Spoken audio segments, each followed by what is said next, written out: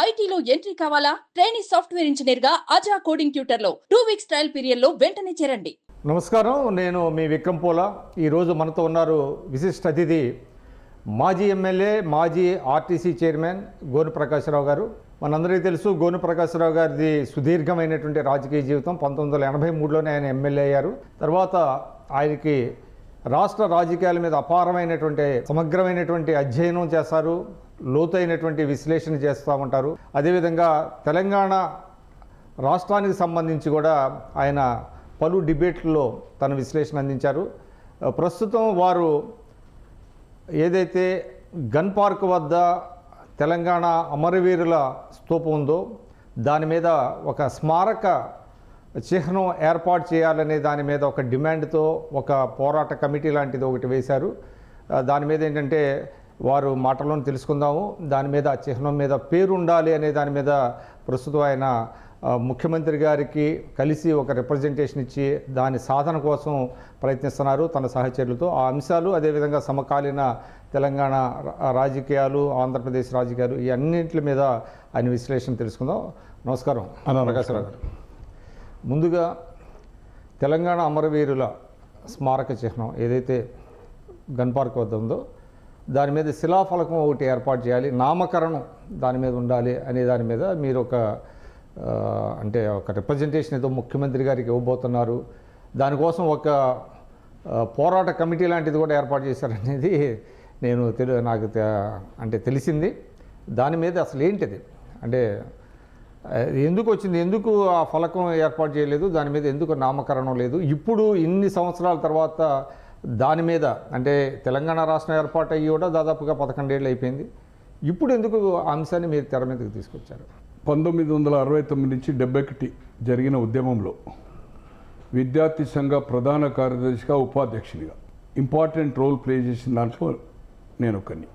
ఆ ఉద్యమంలో 69, 71 ప్రత్యేక తెలంగాణ ఉద్యమంలో వరంగల్, నిజామాబాద్ తొలి దశ జైలు జీవితము. 72లో ఎప్పుడైతే ముల్కీ తెలంగాణకు చెల్లుబాటు అవుతుంది, 56 లేచిన కేసు సుప్రీంకోర్టులో తీర్పు వచ్చింది. 72 పివి నరసింహారావు రెండోసారి ముఖ్యమంత్రి అయ్యారు. 71 సెప్టెంబర్, దెన్ 72 మార్చ్ మళ్ళీ అగైన్ ఎలక్షన్ ఆయన నాయకత్వంలో అయింది. ఇస్మాయిల్ గారు పిసిసి, దామోదరం సంజయ్ గారు ఏఐసిసి ప్రెసిడెంట్. అక్కడ ఏం హామీలు అందరికీ కాదు, అది పెద్ద స్టోరీ అవుతుంది అనుకోండి. టికెట్ తీసేసి 232 సీట్లు, 294 highest figure of Congress. General సీట్లో ఎస్సీకి ఇచ్చారు. ఏమా హామీలు, ఇది చెప్పవలసింది. ఏమా హామీలు 71 సెప్టెంబర్ బ్రహ్మానంద రెడ్డి క్యాబినెట్లో సెప్టెంబర్ వరకు, కోట్ల విజయభాస్కర్ రెడ్డి ఫ్రమ్ కర్నూలు మంత్రి, పెద్దిరెడ్డి తిమ్మారెడ్డి ఫ్రమ్ చిత్తూరు మంత్రి, నారపురెడ్డి ఫ్రమ్ ప్రకాశం, అప్పుడు ఒంగోలు అనుకోండి, ప్రకాశం రెండు జిల్లాలు అయినాయి. ఇక్కడ తెలంగాణ మొత్తం 21 జిల్లాలు. తెలంగాణలో రంగారెడ్డి అయింది 78లో, అక్కడ ప్రకాశం జిల్లా అయింది. తో ఒంగోలు యునైటెడ్ స్టేట్లో Narapureddy, Siddhareddy of Sriram Siddhareddy of Khammam, G Sanjeev Reddy trade union నాయకుడు ఇక్కడ బతుకున్నాడు, అతను సిరిపూర్ నుంచి ఎన్నికై మంత్రి. ఈ 5గురికి ఏదైతుందో 72 టికెట్ ఇవ్వాల. నా భాషలో చెప్పాలంటే తెలంగాణ బుర్కా పిట్టలు తీసాడు. అవ్వా సత్యనారాయణ ఒక బ్రాహ్మణ్ గుంటూరు, ఇంకొక బ్రాహ్మణ్ నాగర్ కర్నూలు శ్రీనివాసరావు, ఇంకో Chakalam Srinivasarao Nalgonda, Narsappa of Jadcherla and Narasimha Naidu of అదే మన Mahabubnagar, Siddaiah of Cheriyal and Kasam Narayana of Jangaon, Nimmala Ramarao Chalikurthi. తర్వాత 78లో జానారెడ్డి గారిని ఓడించారు మొదటిసారిగా జనతా పార్టీ మీద, కాంగ్రెస్ మీద. ఈ విధంగా అంతా హేమాహేమీలను, అంటే ఇద్దరు కాంబినేషన్లో దామోదరం సంజీవయ్య గారు మరియు ఏఎస్ అధ్యక్షుడు ఆయన. 71 పార్లమెంట్ తర్వాత 72 ఇక్కడ అసెంబ్లీ. అప్పుడు ఇక్కడ Ismail, PV Narasimha Rao chief minister. తో అటువంటిలో 232 సీట్లు ఇంతవరకు ఈ కాంగ్రెస్ యునైటెడ్ స్టేట్లో అన్ని సీట్లు ఎప్పుడు రాలే. అంటే విప్లవాత్మకమైన మార్పులు తెచ్చిన తర్వాత తెలంగాణ అంశము 72 లేచిన కేసు, 56 లేచిన కేసు, ముల్కీ నిబంధనలు తెలంగాణ ప్రాంతానికి చెల్లుతాయి. వచ్చిన తర్వాత ఆంధ్రులు, అసలు మేము ఆంధ్రప్రదేశ్ విలీనమైనాం 56లో, అసలు మాకు ఉద్యోగాలు హైదరాబాద్లో లేనప్పుడు మేమెందుకు కలిసి ఉండాలనేది జయాంధ్ర ఉద్యమం చేశారు. అప్పుడు 10 మంది మంత్రులు రాజీనామా ఇచ్చారు. కాకాని వెంకటరత్నం గారు, చల్ల సుబ్బారెడ్డి గారు, బసిరెడ్డి గారు, ఏసీ సుబ్బారెడ్డి అండ్ సాగి సూర్యనారాయణరాజు, మొత్తం 10 మంది రాజీనామా చేసిన తర్వాత రాష్ట్రపతి పరిపాలన నవంబర్ 72 టు 73 డిసెంబర్, దాదాపు 11 నెలలు. వెంగళరావు గారు మళ్ళీ 11 నెలలు ముఖ్యమంత్రి అయ్యాడు. మొదటి ఉద్యమంలో ఏమైంది? 69లో ప్లాంక్ మనం ఇంపార్టెంట్కి వస్తున్నాం కనుక 69 నుంచి 71 ఉద్యమం జరిగినప్పుడు 70లో ఈ గన్ పార్కులు ఏదైతుందో అప్పటి మేయర్ 65లో ఎన్నికయ్యాడు. అప్పుడు 1 ఇయర్కి ఒక మేయర్, నాట్ 5 ఇయర్స్, 1 ఇయర్కి ఒకరు అవుతారు. అప్పుడు కార్పొరేటర్స్ అనుకుంటారు. తీగల కృష్ణారెడ్డి అయినప్పుడు మొత్తం పబ్లిక్ ఎలక్టెడ్, ఇప్పుడేమో కార్పొరేటర్ ఎలక్టెడ్. కానీ ఏదైతుందో 5 ఇయర్స్ టర్మ్, బట్ అప్పుడు 1 ఇయర్కి ఒక మేయర్ చేంజ్ అవుతుండే. లక్ష్మీనారాయణ ముదిరాజు గారు అని మేయర్గా ఎన్నికయ్యాడు. 65 to 70 అంటే లాస్ట్ 1 ఇయర్లో. ఫిబ్రవరి 13th అక్కడ ఫౌండేషన్ స్టోన్ శంకుస్థాపన. మృతువీరుల అమరవీరులు ఏదైతుందో తెలంగాణకు అమర అప్పటికే ఫైరింగ్స్ అయ్యి నేను అనుకుంటున్న ఒక మా లెక్క ప్రకారం అయితే మోర్ దాన్ 200, ప్రభుత్వ లెక్క 30-40, మొత్తం 63 మంది చనిపోయినట్టు ఆ ఫ్లోర్ ఆఫ్ ద హౌస్లో రికార్డుగా వచ్చింది. బట్ 360. ఇప్పుడు ఏదైతే 1200 అన్నారో తీర్మానం చేసిండు కేసీఆర్, బట్ ఐడెంటిటీ ఎంత చేసిండు? ఓన్లీ 460 మందిని. 9.5 సంవత్సరాలు అధికారంలో ఉండి 1200 అమరవీరులకు floor of the house first తీర్మానం అది. ఒక్క వివరణ ఇవ్వండి. చెప్పండి. ఎవరైతే ఈ పోలీస్ కాల్పులో చనిపోయారో వాళ్ళ పేర్లు అంతా లిస్టు అమరవీరుల స్మృతి చిహ్నం కింద పెట్టారు అని అంటారు. లేదు, తప్పదు. మీరు కావాలంటే దీని తర్వాత ఎక్కా యాదగిరి గారు అని ఉన్నాడు, అతను శిల్పి.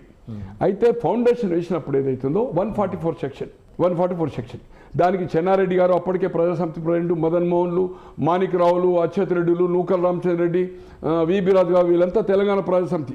అప్పుడు మెయిన్ అపోజిషన్ గౌతులచ్చన్న గారు ఉండి, గౌతులచ్చన్న పోయి మేము 30 మెంబర్స్ ఏదైతే అప్పుడు డిఫెక్షన్ బిల్ లేదు, కాంగ్రెస్ నుంచి ఇండిపెండెన్స్ ఎన్నికైన పురుషోత్తమరావు గారు, ఈశ్వరిబాయి గారు ఎక్కడి నుంచి ఎల్లారెడ్డి నుంచి, పురుషోత్తమరావు గారు వరదనపేట, 60 ఇండిపెండెన్స్ వాళ్ళు తెలంగాణ ప్రజలు.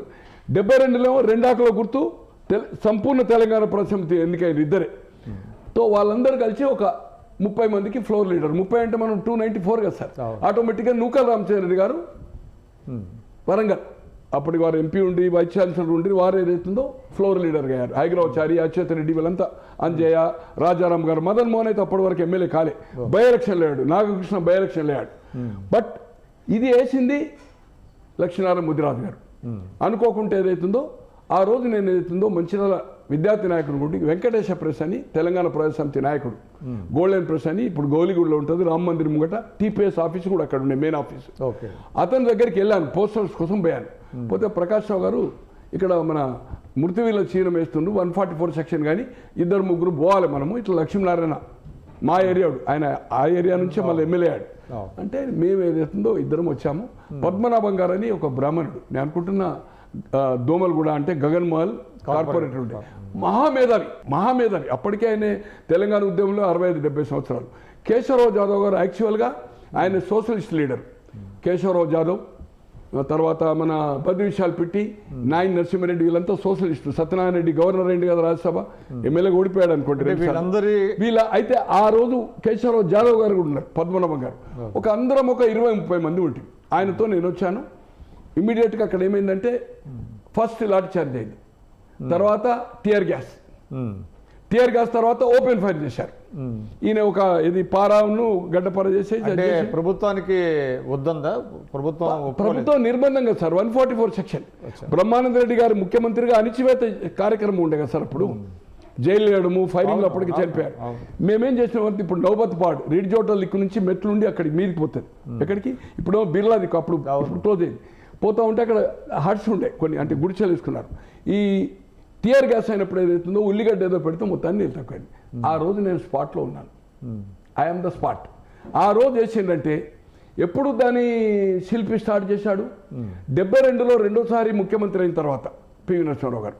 ఆ క్యాబినెట్లో నేను అనుకుంటున్న మున్సిపల్ మినిస్టర్ మాణిక్రావు గారు, అంజయ్ గారు లేబర్ మంత్రి. వాళ్ళు ఏదైతుందో ఒక కమిటీ ఏర్పాటు చేసి ఈ కొటేషన్ తీసుకున్నారనుకుంటా.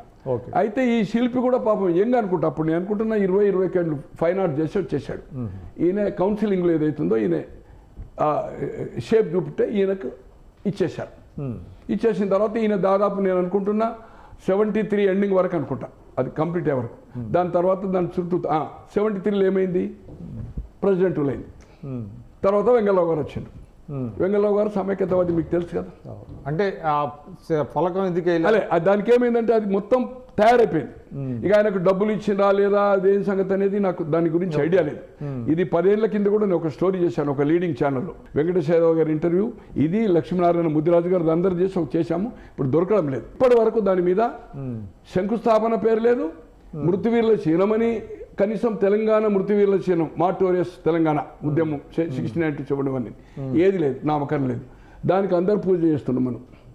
2001 కంటే ముందు మాత్రం ఎవరు ఆ స్తూపం దగ్గరికి పోలేదు సార్. చెన్నారెడ్డి గారు ఉద్యమం నుంచి వచ్చిన నాయకుడే 78లో ముఖ్యమంత్రి అయ్యాడు. కానీ దాని జోలికి పోలే ఎవరు పోలేదు సార్. 2001 నుంచే దీన్ని ఏదైతుందో పోవడము, ఈ టీఆర్ఎస్ వాళ్ళు చేయడం, మృత్యువీరుల చేయడం. కానీ ఇప్పటి వరకు దాని మీద ఏదైతుందో సార్ మామూలు వాడు పోతారు సార్. చుట్టూ తిరిగితే బండకు తలకాయ కొట్టుకోవాలి సార్. ఎందుకు ఇంపార్టెన్స్ వచ్చిందంటే ఇక నేను ఎప్పుడు ఏం చేసినా అనేది నా డబ్బా కొట్టుకున్నా మంచిగా ఉండేది. మాణిక్రావు గారు మున్సిపల్ మినిస్టర్ అయితే ఆయన ఏమి ఎదిరించాను. 89లో ఒకటి టీడీపీ ఉన్నప్పుడు ఏదైతుందో ఒక శ్రీధర్ రెడ్డి గారు ఫంక్షన్ పెడితే మళ్ళీ మన మాణిక్రావు గురించి ఈసారి ప్రభుత్వం వస్తే మేము చేస్తాం రారా పోరంటాడు. నేను రా అని అడుగుంటూ జరిగింది. దాంట్లో అప్పుడు ఈయన జి నారాయణరావు గారు అటెండ్ అయ్యాడు, రామచంద్ర రెడ్డి స్పీకర్గా అటెండ్ అయ్యాడు. ఇప్పుడు కొంతమంది చాలామంది బతుకున్నారు. రతన్ లాల్ అని ఒకతను, భూపాల్ రెడ్డి అని ఎక్స్ఎమ్మెల్సీ అటెండ్ అయ్యాడు. ఇంద్రసేన్ రెడ్డి గారు మొన్న చనిపోయాడు. దాదాపు ఒక 2000 మంది మీటింగ్ పెట్టాడు శ్రీధర్ రెడ్డి గారు, గడ్డం శ్రీధర్ రెడ్డి. ఆయన కూడా చనిపోయాడు అనుకోండి. అక్కడ కూడా ఇటువంటి రేజ్ చేయడం జరిగింది. నేను ఈ సీడీలు ఏదైతుందో ప్రభుత్వం గురించి నేను ఇప్పటి వరకు రిప్రజెంట్ చేయాలి. ఇప్పుడు ఎందుకు వచ్చిందంటే ఈ మధ్యలో ఒకటి చెప్పండి. తెలంగాణ రాష్ట్రం ఏర్పాటైన తర్వాత తొలి శాసనసభ సమావేశాలు జరిగినప్పుడు జానారెడ్డి గారు ప్రతిపక్ష నాయకుడిగా ఉండి అమరవీరుల స్మారక తీర్మానాన్ని అంటే వాళ్ళకి నివాళి అర్పిస్తూ ఒక తీర్మానాన్ని 1200 మంది చనిపోయినందుకు ఈయన ప్రపోజ్ చేశాడు. ఈయన దాన్ని బలపరిచిండు, మౌనం పాటించాడు. మొదటి తీర్మానం 1200 మందిని అమరుల కోసము త్యాగాలకు ఏదైతుందో నివాళులు అర్పించి చేశారు కదా. చేశారు సార్. చేసినప్పుడు మరి ఈ అంశం రాలేదా ప్రస్తావనకి? రాలేదు సార్. అన్న సార్ ఎవరికి పట్టింపు సార్? ఆ ఉద్యమం నుంచి వచ్చిన మర్రి చెన్నారెడ్డి గారే 78లో ముఖ్యమంత్రి, 89లో ముఖ్యమంత్రి. అంజయ్ అనే అతను 80 అక్టోబర్లో ముఖ్యమంత్రి. ఆ ఉద్యమం నుంచి ఎమ్మెల్యే ఫైల్లెస్ అడ్వకేట్ మదన్ మోహన్ గారు చెప్పాలంటే రెడ్డి హిల్స్లో ఉండే, ఏది కింగ్కోటి ఉంది కదా అక్కడ ఉండే. అతని బై ఎలక్షన్లో విబి రాజు గారు 70 మార్చిలో అయిన తర్వాత ఉప ఎన్నిక వచ్చింది. అప్పుడు సింబల్ డిస్ట్రిబ్యూట్ ఉంది. నీలం సంజయ్ రెడ్డి గెలిపించిన తర్వాత పాత కాంగ్రెస్ ఓల్డ్ కాంగ్రెస్ కాడేట్లు సీజ్ అయిపోయింది. తరాతు గుర్తు మీద అక్కడ చేయడం జరిగింది. మేము పార గుర్తు. మొదటి ఉప ఎన్నిక ఇక్కడ గురుమూర్తి గారని టాప్ లీడర్ వైశ్యుడు మాజీ మంత్రి, అతను చనిపోతే ఖైరతాబాద్ బై ఎలక్షన్ జరిగింది. ఎస్సీ యాదగిరి అని కార్పొరేటర్ ఉండే చనిపోయాడు. ఆయన కాంగ్రెస్ క్యాండిడేటు, టీపీఎస్ క్యాండిడేట్ ఏదైతుందో నాగం కృష్ణ. అప్పుడు తరాతు గుర్తు కాంగ్రెస్ పార్టీ, పార గుర్తు ఇది. తర్వాత 71లో గెలిచాం. అయితే దీని ప్రస్తావన కాదు సార్. అసలు ఆ ఉద్యమం నుంచి వచ్చిన వాళ్ళు మదన్ మోహన్ మంత్రి అయ్యి, రాజారాం గారు 57 నుంచి ఎమ్మెల్యే అయినా కూడా 71 సెప్టెంబర్ వరకు మంత్రి కాలే, అంజయ్ కాలే. వెంగళరావు గారు, చొక్కారావు గారు అంటే వాళ్ళు తెలంగాణ ఉద్యమం లేరు. వాళ్ళిద్దరు కూడా తెలంగాణ ఉద్యమం తర్వాతనే మంత్రి సార్. మాణిక్రావు గారు, రాజారాం గారు, హైగ్రవచారి గారు, అచ్యుత్ రెడ్డి గారు వీళ్ళంతా ఈ ఉద్యమం తర్వాతనే మంత్రులేదు సార్. తెలంగాణ అస్తిత్వం కోసం, తెలంగాణ హక్కుల కోసం, తెలంగాణ నిధులు నియామకాలు వీటి కోసం కదా జరిగింది. మరి టీఆర్ఎస్ వాళ్ళు ఎందుకు ఇది టేకప్ చేయలేదు? కనీసం అప్పుడు అపోజిషన్లో ఉన్నటువంటి కాంగ్రెస్ పార్టీ, ఎందుకంటే నాకు తెలిసి ప్రపంచంలో ఏ స్మారక చిహ్నమైనా ఈ ఫలకం లేకుండా ఉండదు సార్. జానారెడ్డి గారికి ఆ స్తూపం సంగతి తెలియాలి కదా సార్. పోనీ కేసీఆర్ మీరు అంటున్నారు ఆ స్తూపం ఎందుకు పట్టించుకోవాలి? 1200 మందికి అమరవీరులకు సంతాప తీర్మానం చేసి 466 మందిని చేశాడు ఐడెంటిటీ. దాంట్లో కూడా వాళ్ళందరికీ ఉద్యోగాలు లేవు, 25 లక్షలు ఇవ్వలేదు. అది ఆ ఇష్యూ వేరు. అంటే ఈ అంశాన్ని మీరు ఇప్పుడు తీసుకురావటం నేనేం లేను కదా సార్. నేను 6 నెలల తొట్టి గ్యాంగ్ ఎమ్మెల్యేను. నేను ఎవరి దగ్గరికి పోయి చెప్పాలి? ఇప్పుడు ఇష్యూ వచ్చింది కనుక ఇంకోటి మీరు ఎందుకంటే ఇప్పుడు ఆ శిల్పికి ₹1 కోటి ఇచ్చాడు, అనౌన్స్ చేశాడు. అది నేను చూలే ఐటమ్, ఎవరో చెప్పారు కానీ నేను పేపర్ టీవీలో కూడా చూలే.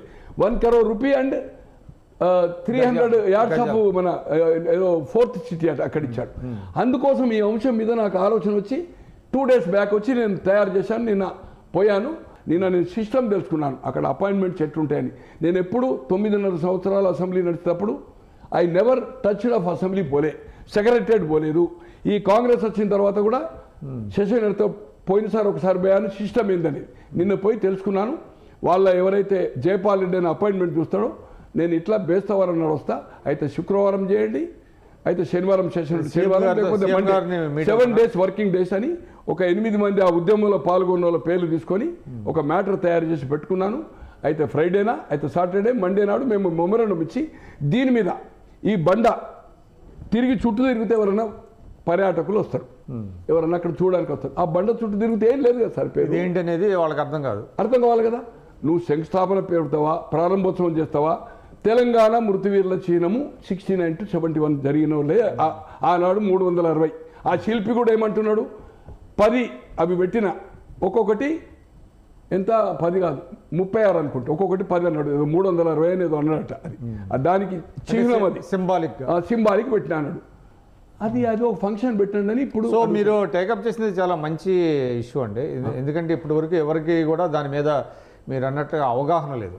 కాబట్టి ముఖ్యమంత్రి గారు ఏ విధంగా స్పందిస్తారు, మీ విజ్ఞాపన మీద ఆయన ఇదేంటి అండ్ రెస్పాన్స్ ఏంటనేది డెఫినెట్లీ నాకు విశ్వాసం ఉంది, నమ్మకం ఉంది. ఓకే, ఇది శిల్పిగా ఇస్తుండు కనుక దీని మీద నామకరణం అయితే చేయాలి కదా, చేయాలి. నో రాంగ్ ఎట్టా. ఒక ఫంక్షన్ పెట్టి 69-71 360 మందికి అని అన్నాడు అనుకోండి, కమిట్ అయింది అనుకోండి, మృతివీరుల చిహ్నాలు కమిట్ అయిందంటే ఆ 360 మందికి సాయం చేయాలి కదా, చేయాలి. అప్పుడు ప్రభుత్వం ఏదైతుందో 63 మంది చనిపోయిందని చెప్పింది కదా, ఈయన 1200 అని చెప్పి 466 చేసిండు కదా, మిగతా వాళ్ళు చనిపోయారా లేదా? అప్పుడేమో బుల్లెట్కు ఎవరు ఆత్మహత్య చేసుకోవాలి, ఓన్లీ ఫైరింగ్. ఒక చందు అని జామియా ఉస్మానియాలో నా ఫ్రెండు, అతన్ని ఏదైతుందో లోపల అది బర్న్ చేయడానికి పోయారు. ఉస్మానియా యూనివర్సిటీ అక్కడ ఇది అడికిమేట్ దగ్గర ఉంటుంది కదా, దాంట్లో నా మంచి ఫ్రెండ్ అతను ఒక బిజినెస్ మ్యాన్. అతన్ని నేను 68 నవంబర్లో మల్లికార్జున గారి ఎలక్షన్లో అతని క్యాండిడేట్ ఒకటి సత్యనారాయణ గౌడ్ అని వైస్ ప్రెసిడెంట్ ఉండే, ఈజ్ ఫ్రమ్ చెన్నూరు అంటే ఇప్పుడు వివేక్ రిప్రజెంట్ చేస్తుండే కదా, అతన్ని ఇంట్రడ్యూస్ చేయడానికి కోసము ఆ ఓఈ ఎలక్షన్లో మాతో పార్టిసిపేట్ అయ్యాడు 68 నవంబర్. తర్వాత ఓఈ ఎలక్షన్ జరగలే, ఒకటే యూనివర్సిటీ. అప్పుడు అన్ని కాలేజీలకు వెళ్ళి president, vice president, general secretary, joint secretary వచ్చి ఒక ఉస్మానియా బాడీ అనుకునేవాళ్ళు. ఇప్పుడు స్టేట్ ఎట్లయితే ఒక ఇంకోటి చెప్పండి, అంటే ఈ నామకరణం వల్ల 2 ప్రయోజనాలు వస్తాయి. ఒకటి ఏంటంటే ఆ స్మారక చిహ్నం ఏంటి, ఇప్పుడు ఏర్పాటైంది అనేది ఒకటి ఉంటుంది, 100,000 సంవత్సరాలు తెలుస్తుంది ఉంటుంది. తర్వాత అట్ ది సేమ్ టైం ఎంతమంది చనిపోయారు అనేది ఒక ఐడెంటిటీ, అంటే ఇప్పుడు ఏదైతే డిస్ప్యూట్ ఉందో అది ఎస్టాబ్లిష్ అవుతుంది. సార్ మా డిమాండ్లో రేపు 360 మంది చనిపోయినరా, ఎంతమంది చనిపోయారు? 63 అయింది. 63 కుటుంబాలకు ఏమన్నా దొరికిందా? వాళ్ళ కొడుకుల మనమరాలన్నారా? వాళ్ళకు ఒక ఉద్యోగం, ఒక 2 బెడ్రూమ్ ఇల్లు, ఏదన్నా పేదవాళ్ళు ఉంటే గజం ఇవ్వండి. ఎంతమంది ఐడెంటిటీ చేసుకోండి మీరు.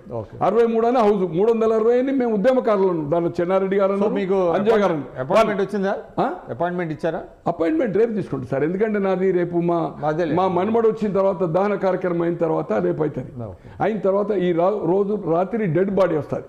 డెడ్ బాడీ వచ్చిన తర్వాత నేను థర్స్డే నాడు పోతా, అయితే ఫ్రైడే, అయితే సాటర్డే, లేకపోతే మండే, ఏదో ఒక రోజు.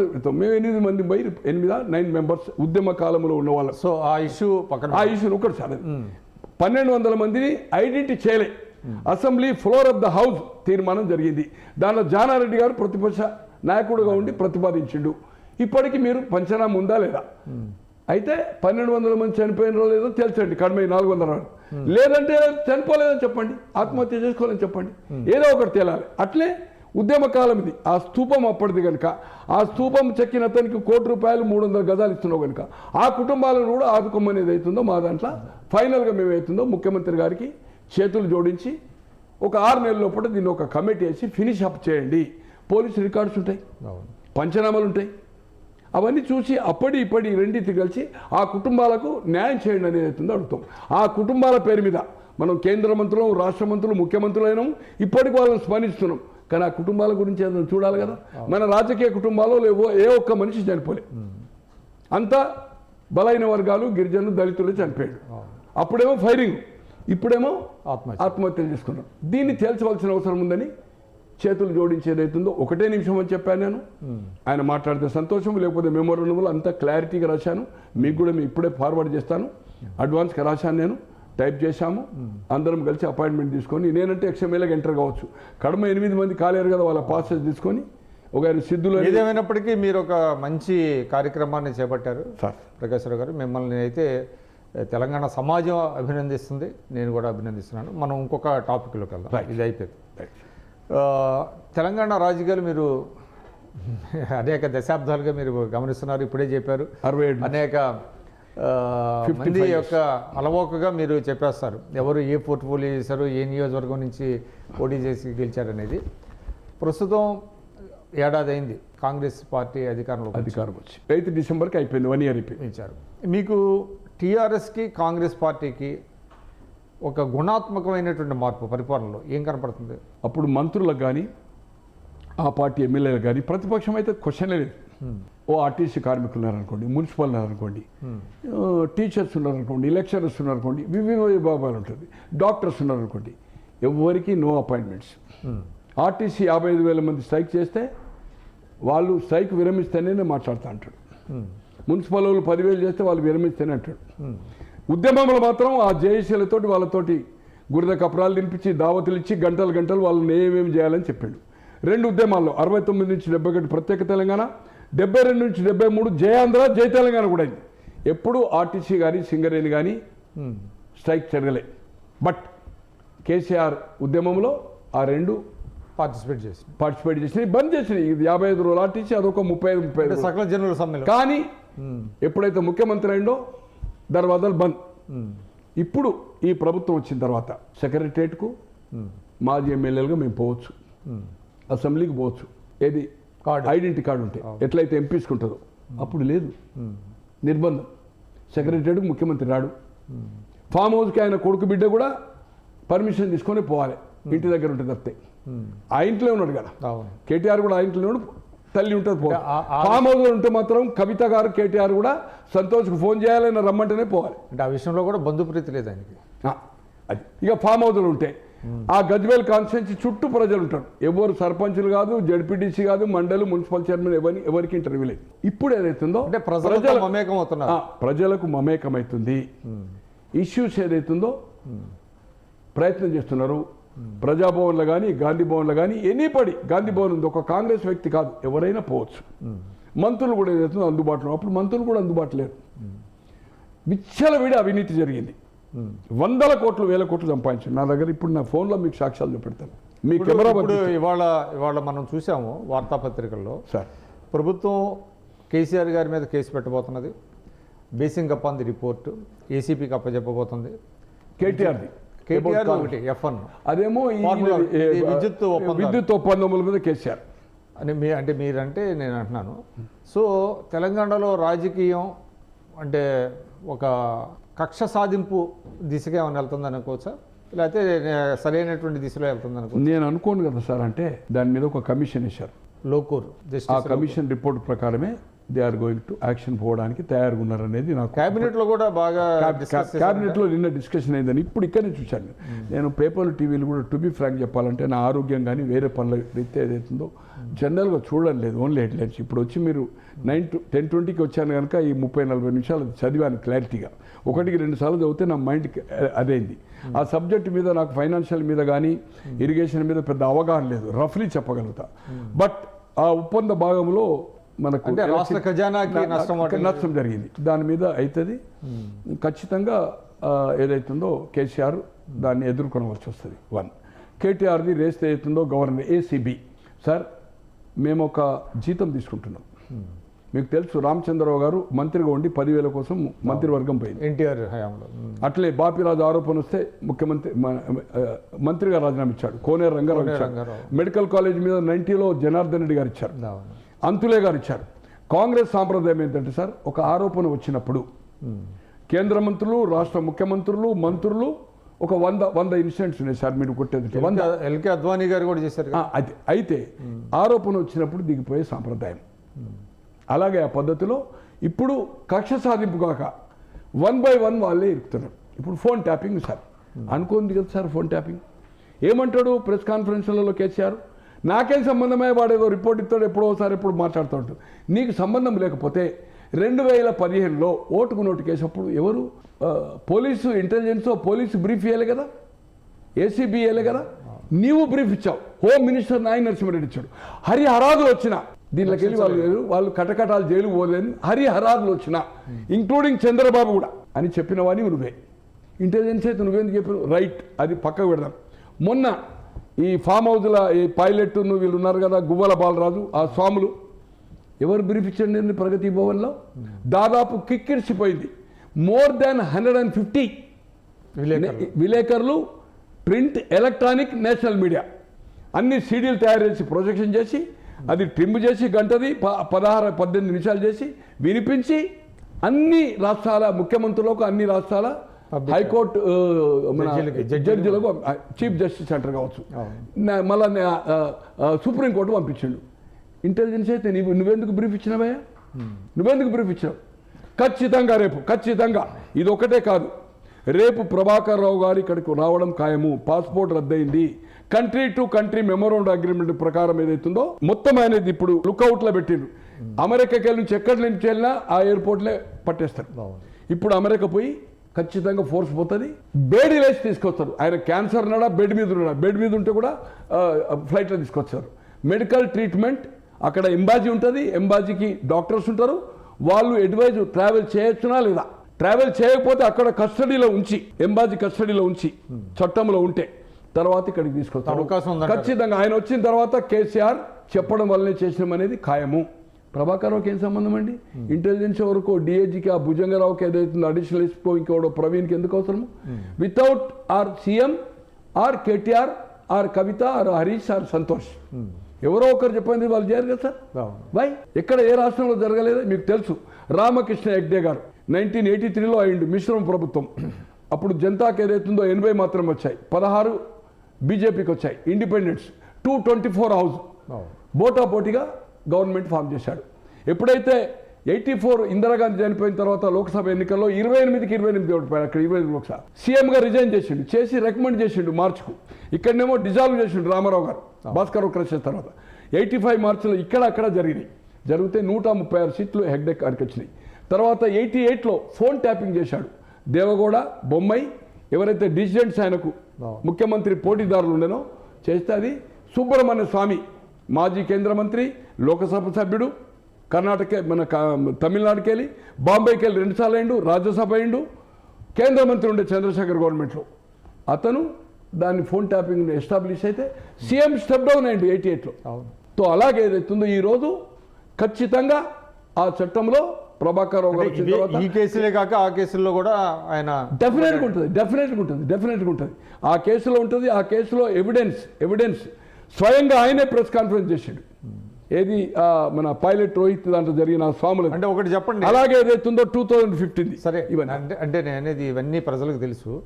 అంటే పరిపాలనలో కేసీఆర్ గారు కొన్ని బ్యాడ్ ప్రెసిడెంట్స్ ప్రవేశపెట్టాడంటారా? అంటే ప్రత్యర్థులను దెబ్బ కొట్టడానికి ఇటువంటివన్నీ చేశాడని ఇప్పుడు అవి పాపాలుగా డెఫినెట్ సార్.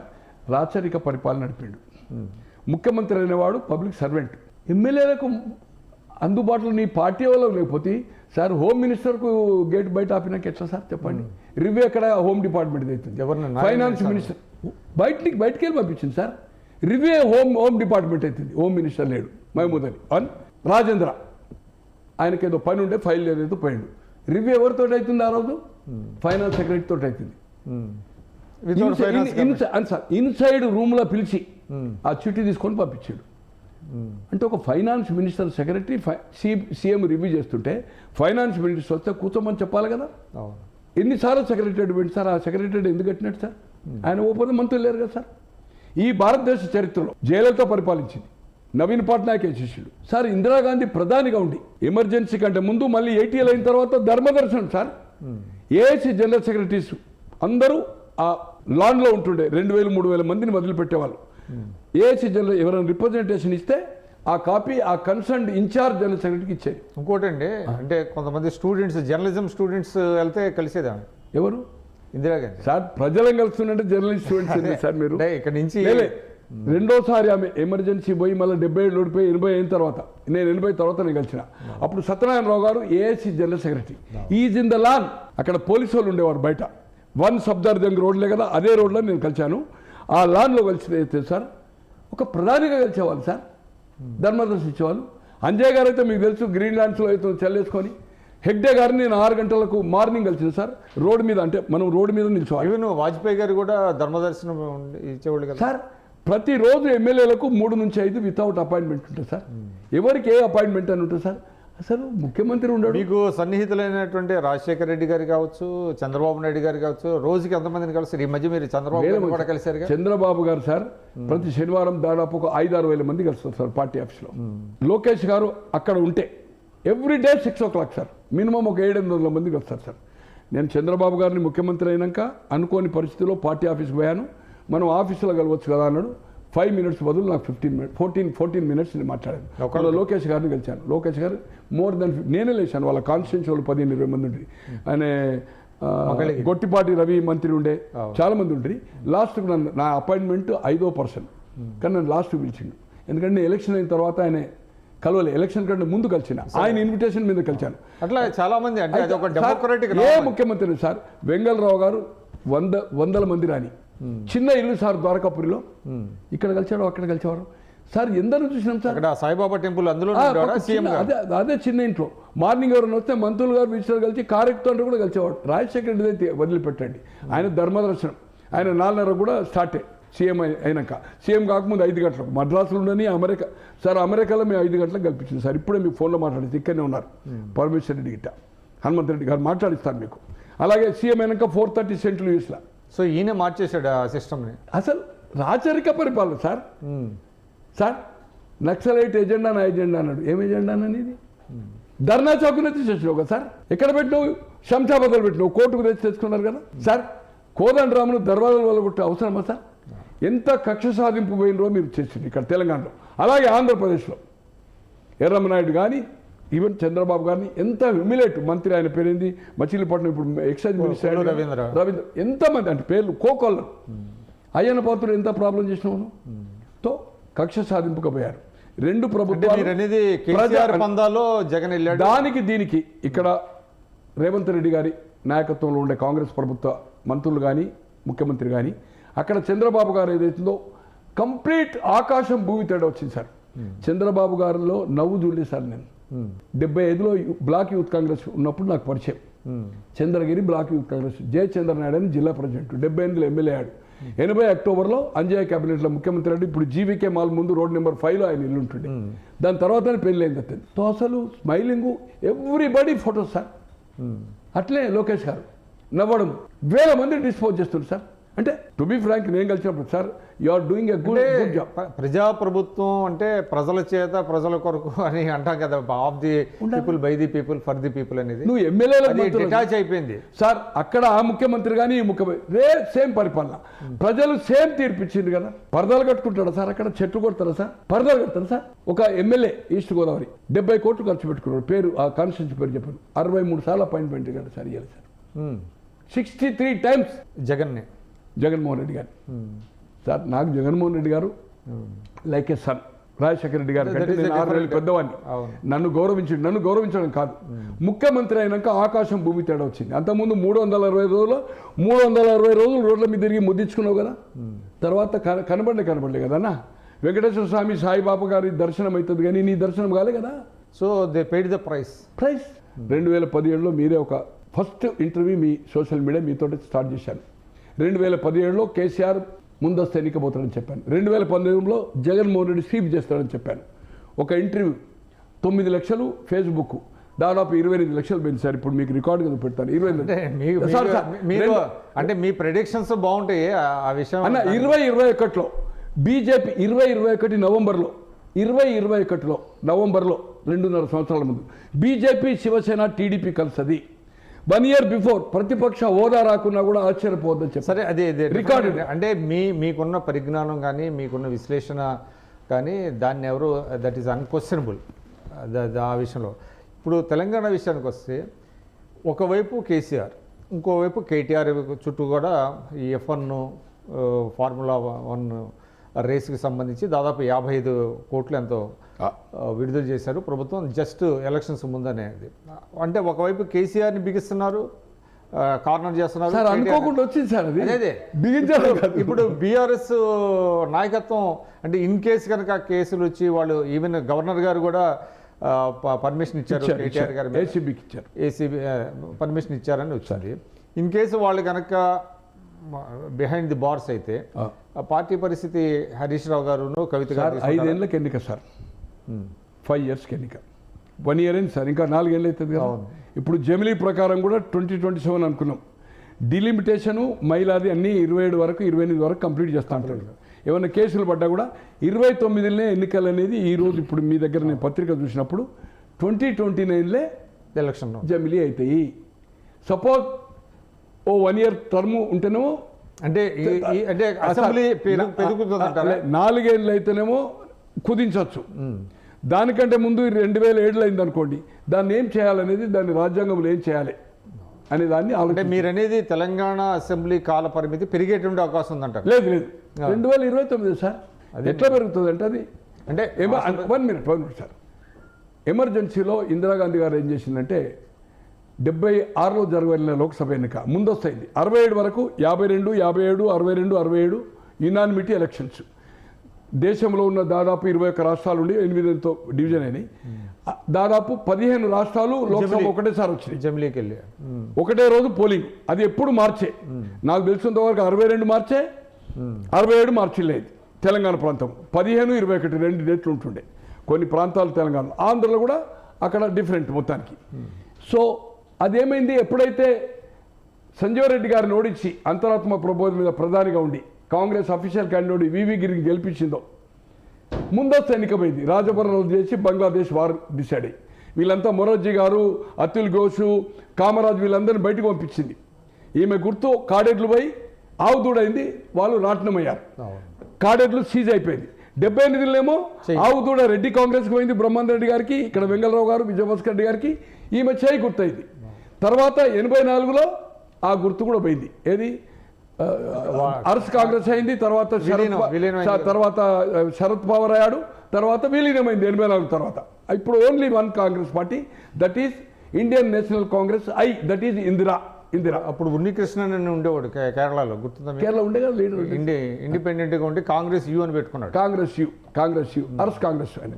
అయితే ఇప్పుడు టీఆర్ఎస్ అనేది అవుతుందో ఇంకా 4 మీరు అన్నట్టుగా 6 నెలలు ఎక్స్టెండ్ చేయొచ్చు అంటే ఎట్లా చేయొచ్చు అంటే ఎమర్జెన్సీలో 71ని 6 ఏళ్ళు చేసింది. అట్లే అసెంబ్లీకి పరిమితి కూడా 6 ఏళ్ళు చేసింది. మనకు 72 మార్చిలో జరిగింది ఎన్నిక, 78 మళ్ళీ ఫిబ్రవరి 25కే జరిగింది కదా. ఒక 10 రోజులు ముందుగా అనుకోండి. గవర్నమెంట్ ఫామ్ అయింది March 6th. బట్ ఎలక్షన్ 25 అయింది, కౌంటింగ్ 27 అయింది, 3rd లీడర్ ఎలక్షన్ అయింది. చెన్నారెడ్డి గారు 6 నాడు బహిరంగంగా, అప్పటి వరకు రాజ్భవనే టెన్నిస్ కోర్టులు ఏదైతుందో 36 మంత్రులు ఒకసారి తీసుకున్నాడు. దాంట్లో 6 మంత్రులు నాన్ లెజిస్లేటర్స్. బీఆర్ఎస్ పగ్గాలు సార్, సార్ ఇవ్వలు పగ్గాలు ఉంటాయి సార్. ఏముంటుంది సార్? ఏముండదు సార్. కేసీఆర్ పార్లమెంట్ ఓడిపోయాక మీరు చెప్పండి, పగ్గాల గురించి ఆలోచిస్తున్నారు. పార్లమెంట్ ఎలక్షన్ ఒక మీటింగ్ తప్పితే ఇంకో మీటింగ్ ఏందా సార్? ఈవినింగ్ మీటింగే కదా. ఒక్కొక్క మీటింగ్కు 3.5-4 కోట్లు ఖర్చు సార్. స్ట్రీట్ మీటింగే కదా. అంతకుముందు మేము భారతదేశంలో ఎవడు పెట్టలేని 100 ఎకరాలు 1000 ఎకరాలు పెట్టింది కదా. ఎందుకు పెట్టలేదు సార్ పార్లమెంట్ ఎలక్షన్లో? ఓన్లీ 1 మీటింగ్, అది స్ట్రీట్ మీటింగ్. అంతే కదా సార్? అంతే కదా. స్ట్రీట్ మీటింగ్ పెట్టి నైట్ ఆడు, మళ్ళీ సాయంత్రం దానికే వన్నీ కలిసేది గెస్ట్ హౌస్ ఉంటే. మళ్ళీ ఈవినింగ్ పబ్లిక్ మీటింగే. తినేది ఒక్కడే, పండుకునేది ఒక్కడే, ఇది ఒక్కడే. ఏ కార్యకర్తతో మాట్లాడేది లేదు. అక్కడనే తేలిపోయింది. ఎవరు ఉంటేంది, ఉండకపోతే సార్. జనరల్ రోడ్ సార్, ఎవరు ఉద్యమాలకు రారు సార్. వాళ్ళు జైలు, కవిత జైలుకు పోయింది సార్, పిలిపించారు కదా. ఏ ఒక్క రస్తారోకన్నా జరిగిందా సార్? చెప్పండి సార్, మీరు చెప్పండి సార్. అంటే నాదొక పాయింట్ చెప్పండి. ఇప్పుడు సాధారణంగా ఏంటంటే అధికారంలో ఉన్నప్పుడు ఏదైతే పొరపాట్లు తప్పులు జరిగినాయో ఓటమి చెందిన తర్వాత వాటిని సరి చేసుకుంటారు. కానీ అటువంటి మెకానిజం కూడా ఉన్నట్టు కనబడతలేదు సార్. జగన్మోహన్ రెడ్డి గారు ఏం చేస్తున్నారు? మేము హౌస్ అటెండ్ అవుతలేడు కదా, ఈయన హౌస్ అటెండ్. ఈరోజు ప్రజాప్రతినిధి చట్టంలో సమ్ సర్టెన్ డేస్ వరకు నువ్వు అటెండ్ కాకపోతే డిస్క్వాలిఫై. ఇంతకుముందు ఆయన పార్లమెంట్ అటెండ్ కాక లాబీలో సంతకం పెట్టిన సంగతి తెలుసు కదా. లాబీలో దొంగ సంతకం పెట్టిండ్రు కదా. అరే మంత్రి ఉండి నువ్వు జవాబు ఇవ్వడానికి పోలేదు సార్. 42 మంది సిపిఎం, 10 సిపిఐ, 4 ఫార్వర్డ్, 56 మంది సంతకాలు పెట్టి మాకు ఈ మంత్రి వద్దని మన్మోహన్ సింగ్ ఇచ్చింది సార్. మేము లేబర్ ఇష్యూలో దేశంలో బ్యాంకులు అన్నీ మేము ఏదైతుందో ఫైట్ చేస్తూ ఉంటాం. రిప్రజెంటేషన్ హౌస్లో క్వశ్చన్ వేస్తే రాడు, ఆఫీస్కి రాడు, ఇంట్లో లేడంటాడు. మేము ఎవరి దగ్గర పోవాలి? మేము రిప్రజెంట్ చేయాలంటే మేము ఏం చేయాలి? ప్రజాప్రతినిధుల్లో మేము అధికారులకు ఇవ్వమే. మంత్రి is the ultimate boss. Portfolio ఇది మనీ రిప్రజెంట్ చేశారు సార్ మన్మోహన్ సింగ్కు. ఇంకా ఆయన గురించి మనం మాట్లాడుకుంటే ఏంటి సార్? ప్రజాస్వామ్యాన్ని కూని చేసిండు సార్. ఈరోజు ప్రతిపక్షం ఎందుకు రాడు సార్? ఎందుకు రాడు సార్? రామారావు గారు వచ్చింది. అంటే ఒకటి చెప్పండి, అంటే మన రాజకీయాల్లో ఎట్లా ఉంటుందంటే ఇటువంటి కేసులు వీటిలో పెట్టినప్పుడు అధికారంలో ఉన్నవాళ్ళు ప్రజల్లో కొంత సానుభూతి వ్యక్తం అవుతుంది. కానీ ఆ సానుభూతి వ్యక్తం అవ్వకుండా ఉండాలంటే ఇవన్నీ కూడా కొంతవరకు వాళ్ళకి మళ్ళీ రిమైండ్ చేయాల్సినటువంటి అవసరం ఉంది. నేను అనుకుంటున్నా సార్, కేసీఆర్కు సానుభూతి వస్తుంది అనుకోలేదు. కానీ కాంగ్రెస్ ఇప్పుడున్న పరిస్థితిలో టు బి ఫ్రాంక్ చెప్పాలంటే ఒక కాంగ్రెస్ వెల్విషర్గా తీవ్ర వ్యతిరేకత ఉంది. ఎందుకు అంటే సాధ్యం కాని హామీలు ఇవ్వడం జరిగింది. ఇప్పుడు వ్యతిరేకత ఉందంటారా కాంగ్రెస్ మీద? ఇది ఫంక్షనింగ్ వరకు అవైలబుల్ ఓకే. ఉంటుంది. బట్ పథకాలు ఏవి చేయడం లేదు కదా. రైతు బంధు 10 నుంచి 15,000 చేస్తాను కదా. ఇప్పుడు 1 year అయింది కదా, ఇవ్వలే కదా సన్నారుగా సంక్రాంతి నుంచి. 1 year ఇవ్వలేదంటే ఇచ్చే సంగతి అన్నా. ఈ రోజు నగదు రేపు ఉద్దర. అంటే ఇప్పుడు రుణమాఫీ సార్ రుణమాఫీ పూర్తి చేసిండ్రా? ఇంకా దాదాపు 13,000 కోట్ల రూపాయలు మోర్ దాన్ 2.5 lakhs రైతులకు ఇవ్వాలి. రైతు బంధు అనేది ఇంకా నామ్స్ డిసైడ్ చేయాలి. కొంతవరకు అంటే ఉద్యోగాల కల్పనలో కొంత ఫిగర్ చెప్తారు. సార్ పాత నోటిఫికేషన్ 30,000, 9,000, 10,000 ఇచ్చిండు. Right, okay. నిరుద్యోగ భృతి అన్నారు కదా, ప్రియాంక గాంధీ దాంట్లో హామీ కదా. బస్సు ప్రయాణంలో లేడీస్కి ఏదైతుందో పెన్షన్ ఇవ్వాలి కదా సార్, 4,000 ఇవ్వాలి కదా. తులం బంగారం ఇవ్వాలి కదా. కళ్యాణ లక్ష్మి ఇప్పటి వరకు ఒకరికి శాంక్షన్ కాలేదు సార్ ఈ 1 yearలో. పెళ్ళిళ్ళు 1,000 లక్షల పెళ్ళిళ్ళు అయినాయి కదా. తులం బంగారం అన్నారు కదా. ఎక్కడ సరేది సార్? సార్ రెగ్యులర్గా ఉండే 10,000 9వ తారీఖు కంటే ముందు మీరు లోన్లు తీసుకోండి. అంటే ఓన్లీ మీరు చెప్పినట్టు ఆర్టీసీ ఉచిత బస్సు అదొక భాగం సార్ మహిళలో. అదొక గ్యాస్ సిలిండర్లు ఇచ్చారు. అదొక గ్యాస్ ఇచ్చారు, ఒకటి గ్యాస్, ఆ కరెంటుది. ఆ గ్యాస్ ఏదైతుందో ఫస్ట్కి వీళ్ళు తీసుకుంటే 20,000 తర్వాత వస్తున్నాయి డబ్బులు. బట్ దాంట్లో ఒక భాగం మాత్రమే. దాంట్లో ఒక 4 టీఆర్ఎస్కి అనుకూలంగా మారుతుందా? అనుకూలంగా అంటే ఇప్పుడున్న సిచ్యువేషన్లో వాళ్ళకు మైలేజ్, వాళ్ళ కార్యకర్తలు, నాయకులు ఉత్సాహం వస్తుంది. కానీ రిజల్ట్ మనం చెప్పలేం సార్. ఓకే. ఓటింగ్ ప్యాటర్న్ బీజేపీని తక్కువ అంచనా వేయడానికి వీల్లేదు. వాళ్ళకు వాళ్ళకు ఒక కాంబినేషన్. ఒకటి చెప్పండి, అసలు జేబిలి యొక్క ఉద్దేశం ఇక్కడ ప్రాంతీయ పార్టీని దెబ్బతీయటమే అనేటువంటి ఒక వాదన ఒకటి అయితే చాలామంది చేస్తున్నారు సార్. మీరేమంటారు? ఖచ్చితంగా జమిలీ ఎన్నికలు రావడంలో స్థానికంగా ఉండే పార్టీలకు, ప్రాంతీయ పార్టీలకు దెబ్బ. ఆ దెబ్బ సరే, అసలు వాళ్ళ ఉద్దేశం అది తెలియదు మనకు. వాళ్ళ మోడీ గారిని మనం పోయి నేను ట్రై చేస్తాను సార్ అపాయింట్మెంట్. మీరు అది మనం వాళ్ళు అడిగితే చెప్తారా? నేను ఎట్లా చెప్తాను? మనకి లోపల సంగతి అంటే మీరు విశ్లేషణ చేస్తారు కదా. ప్రాంతీయ పార్టీలు బలహీనపరచడానికి తీసుకొచ్చారు. అది ఖచ్చితంగా మోడీ గారి కాంబినేషను, భారతీయ జనసంఘాన్ని దీపం గుర్తుండే 77 వరకు. 77లో రైతు నాగలైన తర్వాత ఇప్పుడు పువ్వు గుర్తయింది. అది బీజేపీ ప్రభుత్వం కాదు, ఒక నియంత పాలన. మోడీ గారు, షా కూడా కొన్ని ఓన్లీ బ్యూరోక్రాట్. షా గారు కూడా అమలు చేసే వరకు షా గారు కూడా తెలియదు. అంటే నేను చాలా లోతుగా చాలా బీజేపీ పెద్దలు కలిసి జర్నలిస్ట్కి వచ్చి క్రాస్ చెక్ చేసుకొని చెప్తున్నా. కొన్ని విషయాలు షా గారికి కూడా తెలియదు ఆ డిసిషన్. సరే, మొన్న ఇంకొక సబ్జెక్ట్లోకి వెళ్దాం. అంటే మీరు సుదీర్ఘకాలం కాంగ్రెస్ పార్టీలో ఉన్నారు, కొనసాగారు. సరే, ఇప్పుడంటే కాంగ్రెస్ నుంచి నేను సఫరను రాజీనామా చేసిన కాంగ్రెస్ చేయబట్టి. అదే కానీ కాంగ్రెస్ నాయకులతోటే కాంగ్రెస్లే ప్రయాణమైనా ఇప్పుడు కూడా నేను కాంగ్రెస్ అభిమానినే. అదే అందుకనే చెప్తున్నా. కాంగ్రెస్ మొన్న మహారాష్ట్ర ఎన్నికల్లో, అంతకుముందు హర్యానా ఎన్నికల్లో చేసినటువంటి పొరపాట్లు, జరిగిన రిజల్ట్స్ మనం చూసాము. రాహుల్ గాంధీ గారి నాయకత్వం మీద కొంత అసంతృప్తి బయలుదేరుతుంది. అదే సమయంలో వయనాడ్ నుంచి ప్రియాంక గెలిచారు. మనం చూసాం లోక్సభలో కూడా ఆమె కొంత గళం బాగానే వినిపిస్తుంది. కాంగ్రెస్ పార్టీలో కూడా కొన్ని మార్పులు జరిగేటువంటి అవకాశం ఉందంటారా? ఒకటి సార్, రాహుల్ గాంధీ గారి కంటే నా వ్యక్తిగత అభిప్రాయం, ప్రియాంక గాంధీ గారిని చాలా కాలం ఆపారు సోనియా గాంధీ గారు. ఎందుకంటే ఆమె వచ్చితే ఇతను డల్ అవుతాడని ఆమెకు తెలుసు, అవగాహన. ఆమెకు ఉండే అడ్వైజర్లు కూడా తప్పని పరిస్థితిలో ఆమెను రాంగ్ చాయిస్ సెలెక్షన్ చేశారు. యూపీ ఇన్ఛార్జ్ చేయడంతో ఆమె గ్లామర్ కొంత పడిపోయింది. ఇప్పటికైనా సరి అయిన నిర్ణయం తీసుకున్నది. డెఫినెట్లీ ఆమె కొంచెం ఫ్రీడమ్ ఇస్తే, ఆమె ఆహాభావాలు కానీ, ఆమె స్పీచ్ కానీ ఖచ్చితంగా. ఇంకోటి సార్, ఏ పార్టీకైనా క్రౌడ్ పుల్లింగ్ ఏదైతుందో, ఇందిరాగాంధీ అంత పాపులర్ అయిందంటే ఎందుకైంది? She's a lady. క్రౌడ్ రాకపోతే ఏదైతుందో మనకు ఆ మెసేజ్ పోదు. ప్రియాంక గాంధీ గారిని ఏదైతుందో డ్రైవ్ చేయిస్తే చాలా మంచి రిజల్ట్స్ రాబోయే రోజుల్లో వస్తాయి. మీరు అన్నారు హర్యానా, హర్యానా ఓవర్ కాన్ఫిడెన్స్ తోటి ఫినిష్ చేసుకున్నారు. హర్యానాలో ప్రచారం ఇంటింటి కానీ మహారాష్ట్ర మీరు కావాలంటే బీజేపీ నాయకులు పోయిన వాళ్ళతోటి ఇంటర్వ్యూలు తీసుకోండి. నేను క్షుణ్ణంగా ఈ 3 రాష్ట్రాల ప్రభుత్వాలు కర్ణాటక, తెలంగాణ అండ్ హిమాచల్ ప్రదేశ్ 3 ప్రభుత్వాలు ఇచ్చిన హామీలు అమలు చేయడం అనేది మొత్తం ప్రింట్ వాళ్ళు హిందీ, ఇంగ్లీషా, మరాఠీ లాంగ్వేజ్లో ప్రింట్ చేసి ఆ 2 రాష్ట్రాల్లో ప్రతి ఇంటికి పంచిండ్రు, ప్రతి ఇంటికి ప్రచారం చేసిండ్రు. వీళ్ళు ఇచ్చే హామీలు అమలు కావు అనేది వాళ్ళు సార్ గ్రహించారు. ఖర్గేనే చెప్పిండు అమలు కానీ చేయదని. ఆయన మళ్ళీ 4,000 పెన్షన్ అని చెప్పిండు మన ఏది బాంబేలో. అంటే అమలు కావని ప్రతి ఇంటికి తీసుకుపోగలిగినరు. కానీ వాళ్ళు కూడా 1,500 ఇస్తా ఉన్నారు సార్ మహారాష్ట్ర. వాళ్ళు ఇచ్చేది వాళ్ళది కదా సార్. వీళ్ళు ఫెయిల్యూర్ అని చెప్పిండు, వాళ్ళు ఇస్తారు కావచ్చు. వీళ్ళు ఇచ్చిన హామీలు ఈ 3 రాష్ట్రాల్లో అమలు చేయడం లేదు. మేము కేంద్రం కానీ ఎప్పుడు సాధ్యం కానీ ఎక్కడ ప్రామిస్ చేయలేదు.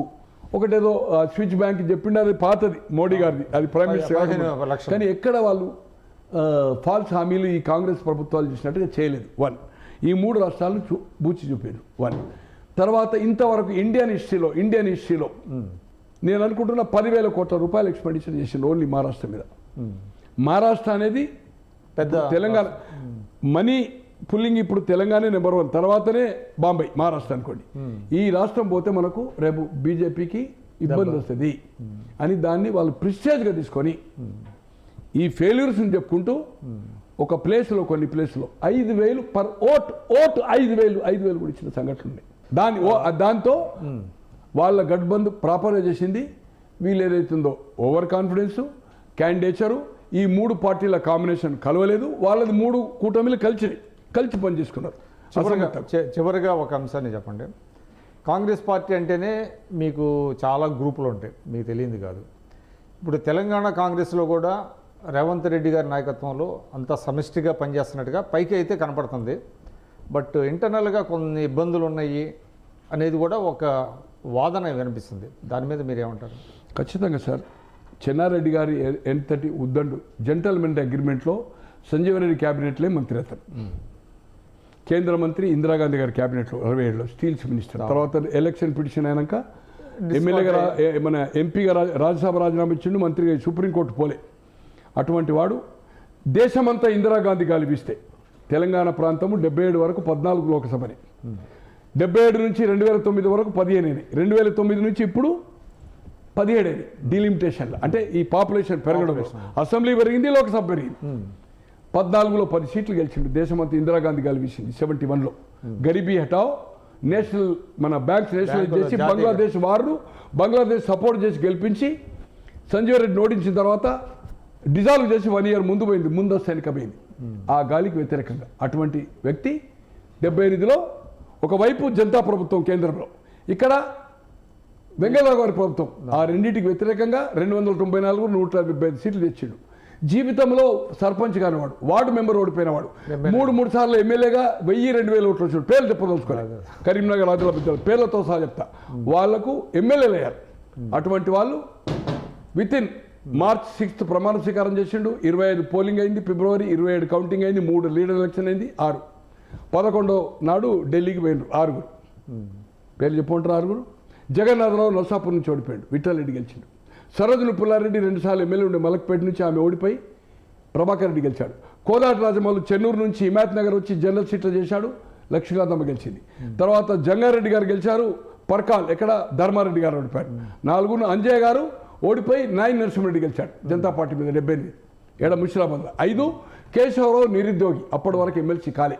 ఇది ఎప్పటి సంగతి చెప్తున్నా, మార్చి 11 నాడు ఈ 5 ఈయనే టైపిస్ట్ రిప్రజెంటేషన్ మమ్మల్ని అందరినీ చెన్నారెడ్డి ఓడించిండు.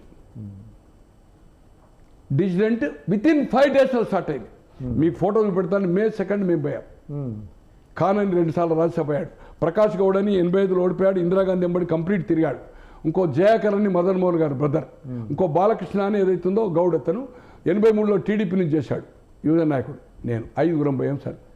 వీళ్ళంతా కాన్స్టిట్యున్సీ మారిన వాళ్ళు, 4 సార్లు ఓడిపోయిన వాళ్ళు, హైదరాబాద్లో నవాబ్గిరి చేసిన వాళ్ళు. చెన్నారెడ్డి గారు ఓడించలేదు, ఓడించే శక్తి చెన్నారెడ్డి గారు లేదు. ఎలక్షన్ సింబలే ఫిబ్రవరి 1కి వచ్చింది, పోలింగే 25 అయింది, పార్టీ పెట్టిందే జనవరి 1. ఈయన ఓడించడం ఎక్కడ, పోయేది ఎక్కడ, ఆయన సీటు ఆయన చూసుకున్నాడు అని చెప్పాం మేము. తెల్లారి 85 సీట్లకు 85 ఓడిపోయింది. ఎవరు? ఇందిరాగాంధీ 77. 9 రాష్ట్రాల్లో 2 సీట్లు వచ్చింది. గుజరాత్లో అహ్మద్ పటేల్, కమల్నాథ్ చింద్వారా అవుతుందో మధ్యప్రదేశ్. 9 స్టేట్స్లో ఓన్లీ 2 జనతా కలిసి. అటువంటిది ఆజంఘర్ సిట్టింగ్ ఎంపీ చనిపోయాడు. చనిపోతే బై ఎలక్షన్ ఆజంఘర్, ఆమె మోసినా కిద్వాయిని 3 లక్షలతో గెలిచింది. తెల్లారు ఆమె కాల్కి ట్రైన్ పోతున్నది. ట్రైన్ దగ్గర కూడా మేము వెళ్ళాం. మేము 6 అసలు అంటే మీరు ఏం చెప్పదలుచుకుంటున్నారు సార్? ఒకటి నేను అనేది ఏంటంటే ఇక్కడ గీపులు కాదు. ఈ ఆంధ్రప్రదేశ్ రాష్ట్రం, తెలంగాణ ప్రతి వాడు ఎమ్మెల్యే అయితేనే మంత్రి కావాలి, మంత్రి అయితేనే బ్రహ్మాండమైన పోర్ట్ఫోలియో ఉండాలి. అసమ్మతి అనేది ఉంటుంది. ఇప్పుడు గంట కట్టేటోళ్ళు ఇక్కడ లేరు. ఖచ్చితంగా దీంట్లో గ్రూపులు ఉన్నాయి, అసమ్మతి ఉంది. పూర్తి మంత్రివర్గం అయిన తర్వాత, పూర్తి కార్పొరేషన్ అయిన తర్వాత ఖచ్చితంగా అసమ్మతి అనేది ఇక్కడ స్టార్ట్ అవుతుంది. 78లో చెన్నారెడ్డిని 6 రోజుల్లో స్టార్ట్ అయింది. చెన్నారెడ్డి కాదు, చందారెడ్డి అని 15 మంది మంత్రులు రాజారాం నాయకత్వం రాజీనామా ఇచ్చి అక్టోబర్లో దిగిపోయాడు. అక్టోబర్ అంజయ్యాడు, ఫిబ్రవరి 82 దిగిపోయాడు. వెంకటరామరెడ్డి ఫిబ్రవరి అయ్యాడు, సెప్టెంబర్లో దిగిపోయాడు. 4వ ముఖ్యమంత్రి అండి. 89లో మళ్ళీ చెన్నారెడ్డి అయ్యాడు, డిసెంబర్ 90 డిసెంబర్లో దిగిపోయాడు. జనార్దన్ రెడ్డి 92 అయ్యాడు. తర్వాత భాస్కర్ రెడ్డి అయ్యాడు. అంతకంటే పెద్ద ఆయన ఇతను కాదు సార్. అంటే నేననేది అదే చెప్తున్నా. అంటే మీరు రేపు అదే కానీ ఒకటి సార్, ఇది కంప్లీట్ చేయాలి. కానీ అప్పుడు ఇందిరాగాంధీ ఏంటంటే డిసిజన్ ఎంకరేజ్ చేస్తుండే, రాజీవ్ గాంధీ చేస్తుండే. సోనియా గాంధీ నాయకత్వం వహించిన తర్వాత 90 నుంచి 5 ఏళ్ళు ఎవరైతే ఎమ్మెల్యేలు స్ట్రెంత్ ఉంటుందో వాళ్ళని చేస్తున్నది. అసమ్మతిని ఎంకరేజ్ చేస్తలేదు. కానీ కొన్ని పరిస్థితులు ఏమవుతుందంటే ఇక్కడ ఎమ్మెల్యేస్లో అసంతృప్తి మెజార్టీ ఉంటే 65లో, చేరిన వాళ్ళది పక్కకు పెట్టండి 64లో, అది కౌంట్ చేయవలసి వస్తుంది. కాకుండా ఇక్కడ అసమ్మతి రావద్దని మొదలే బట్టి గారు ముఖ్యమంత్రి క్యాండిడేట్, శ్రీధర్ బాబు ఆయన ఎంబడి ఒకటి లేకుండా ఆయన ముఖ్యమంత్రి క్యాండిడేటే. ఆయన పేరేంది ఉత్తమ్ గారు ముఖ్యమంత్రి క్యాండిడేట్. ఎవరు బయటికి చెప్పలే, ఈయన మీద కంప్లైంట్స్ ఎవరు చేయలే. ఈయన ఓటుకున్నట్టు కేసు ఉన్నాడు, రేపు కేసు అయితే ఏమవుతుందని ఎవరు గంట కట్టలే. పిసిసి కాకముందు కానీ సీఎం రేసప్పుడు కానీ. కాంగ్రెస్లో సాంప్రదాయం ఏమంటే ఆరోపణ ఉంటేనే దిగిపోతారు. మీకు తెలుసు, మీరు సీనియర్ జర్నలిస్ట్గా. ఆల్రెడీ ఎస్టాబ్లిష్ కేసు రన్నింగ్లో ఉంది కదా సార్, వీడియో ఆడియో ఉంది కదా సార్. సరే చూద్దాం, ఒకటి కంప్లీట్ చేయండి. ఇది జనానికి మనకు మెసేజ్ ఇవ్వాలి. అయితే ఇక్కడ ఓటుకు నోటు కేసు కిట్టేదన్నా ఫైండింగ్ వస్తే గతంలో ముఖ్యమంత్రులు ఎట్లా దిగిపోయినారో, మంత్రులు ఎట్లయితే నెంబర్ టూ ఇదేదైతుందో ఈ అయిన తర్వాత అసమ్మతి అనేది గిట్ట జరిగితే పరిణామం ఎలా ఉంటుందో తెలియదు. ఇక్కడ అసమ్మతి మాత్రం ఎవరు ఆపలేరు. అది కాంగ్రెస్లో ఉన్న ఒక రకమైన ఆపలేరు అన్న కాస్ట్ కాంబినేషన్ ఈ చిన్న క్యాబినెట్లో కూర్పు కావాలంటే ఇప్పుడు మాదిగలకు రిప్రజెంటేషన్ రాలే. ఇప్పుడు ఒకడే వచ్చిండు, రేపు రేషియో ప్రకారం రాలేదనుకోండి. బీసీలకు ప్రాతినిధ్యం ప్రాపర్ అయింది. ఇంకొక రెడ్డి 2 రెడ్డిలు తీసుకున్నాడు. ఇదేంటండి? ఎమ్మెల్యే టికెట్లు అప్పుడు అంటే మంత్రులు ఇచ్చినప్పుడు వీళ్ళకి ఇవ్వచ్చు కదా, ఎలక్ట్ అయిన వాళ్ళకు. కార్పొరేషన్లు ఇవ్వచ్చు కదా, ఇలా చీఫ్ విప్లు ఇవ్వచ్చు కదా, స్పీకర్లు ఇవ్వచ్చు కదా. ఇవేవి ఇవ్వడం లేదు కదా.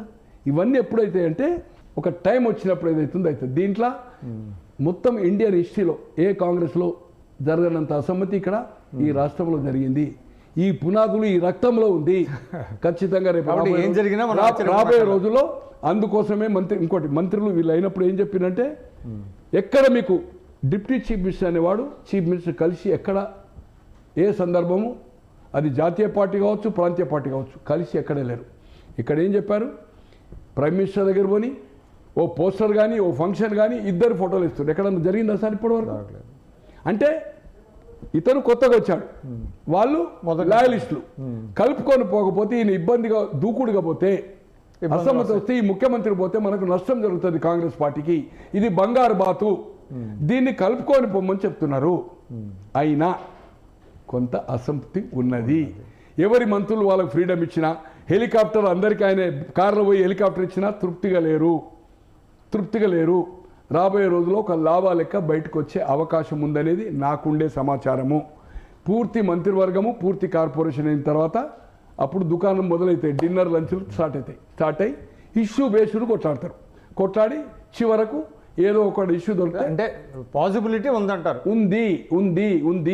ఉంది. థ్యాంక్ యూ ప్రకాశ్రావు గారు. ఇది గోని ప్రకాశ్రావు గారు చెప్తున్నారు.